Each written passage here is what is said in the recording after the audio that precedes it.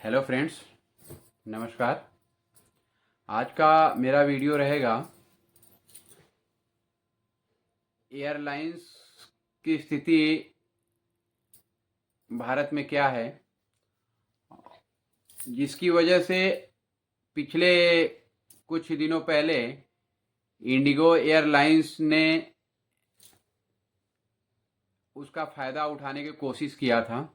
तो क्या आपको पता है कि भारत में एयरलाइंस में कौन सी कंपनियों का कितना परसेंट स्टेक है?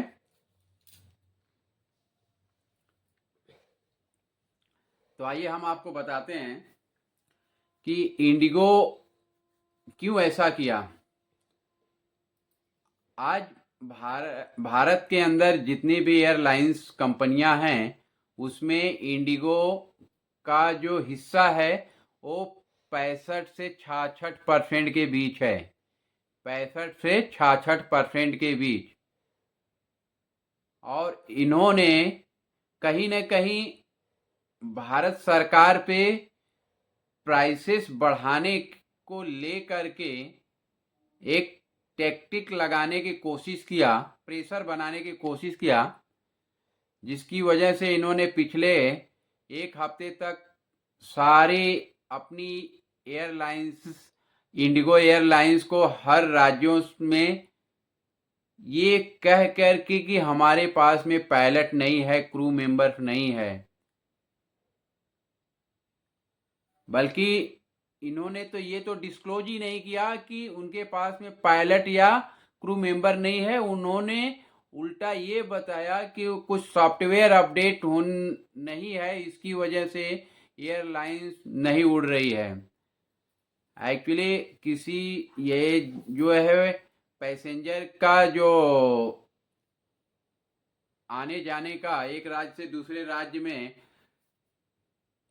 ट्रांसपोर्टेशन का रहता है, उसके अंदर में ये कंपनियां हिस्सा लेती हैं कि दिसंबर में हम इतने परसेंट पैसेंजर का जो है एक दूसरी जगह से ले आने जाने का काम करेंगे, जिसके अंदर में दिसंबर के महीने में इंडिगो ने कुछ ज़्यादा ही शेयर स्टेक ले लिया था, क्योंकि ये हमेशा ओवर टाइम दे करके पायलट और क्रू मेंबर से काम करवाते थे। लेकिन जब गवर्नमेंट ऑफ इंडिया ने कड़ाई किया कि ओवर टाइम पायलट या क्रू मेंबर को नहीं दे सकते हैं, क्योंकि इससे लोगों की जान मान को खतरा हो सकता है। क्योंकि एक पायलट अगर प्लेन उड़ा रहा है तो वो मानसिक रूप से काफ़ी जो है कि प्रेशर में रहता है, क्योंकि उसके ऊपर में 240 से ज़्यादा या जितनी कैपेसिटी होती है एक एरोप्लेन की, हवाई जहाज़ की, उतने लोगों की जिम्मेदारी रहती है। अगर उसको मानसिक प्रेशर में अगर आप उसको मीन्स ओवर टाइम दे कर के काम करवाएंगे तो कहीं न कहीं किसी न किसी दिन कोई न कोई अनफॉर्चुनेट हो सकता था। तो इस कंपनी ने ये कह कर के कि सॉफ्टवेयर अपडेट का इशू, कुछ रूमर चला था, फिर उसके बाद में अलग अलग न्यूज आने लगी, बाद में पता चला कि इनके पास तो पायलट ही नहीं है, क्रू मेंबर भी नहीं है। तो कहने का मतलब, और दूसरी चीज़, और ये तो एक अलग चीज़ हो गया। दो एयरलाइंस कंपनियां मिल करके करीब 91% स्टेक इनका है एयरलाइंस में। मतलब 25 से 26% के बीच में एयर इंडिया का है, और 65 से 66% के बीच में इंडिगो का है, और 5 से 6% के बीच में आकाशा एयरलाइन, जो न्यूली अभी 4 साल पहले लॉन्च हुआ है।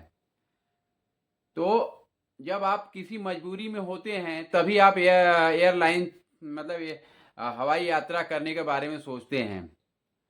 नहीं तो आज सब इतनी सारी रेलवे होने के बाद में लोग रेलवे ही प्रेफर करते हैं। लेकिन कोई इमरजेंसी होता है तो आपकी इमरजेंसी का फ़ायदा ये कंपनियां उठाती हैं।